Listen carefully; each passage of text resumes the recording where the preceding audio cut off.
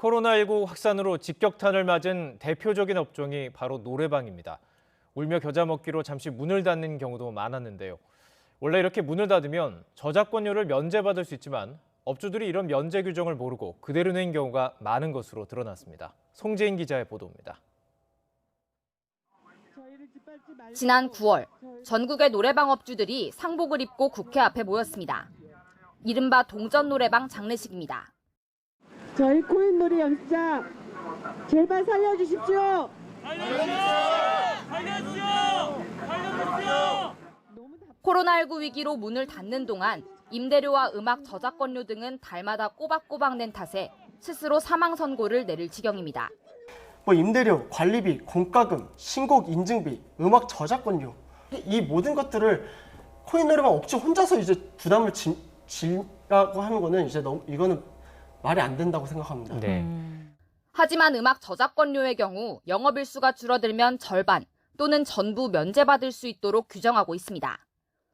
이와 관련해 지난 4월 문화체육관광부도 징수 대리기관인 한국음악저작권협회에 협조를 요청했습니다.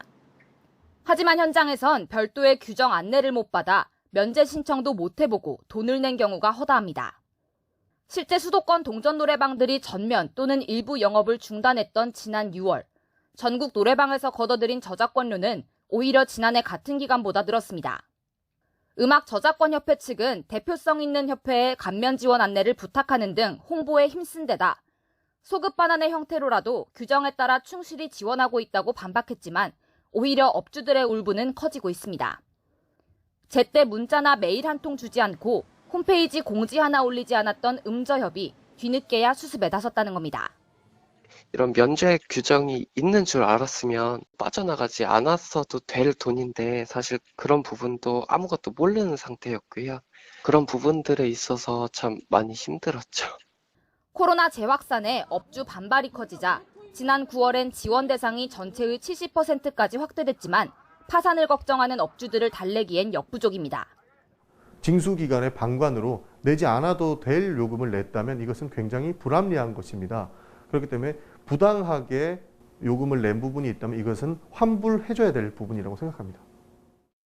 소관부처인 문화체육관광부는 사태를 파악하고도 음악저작권협회에 적극 지원만 요청하고 있습니다. 그 사이 가뜩이나 어려운 노래방 업주들의 부담은 더 커졌습니다. YTN 송재인입니다.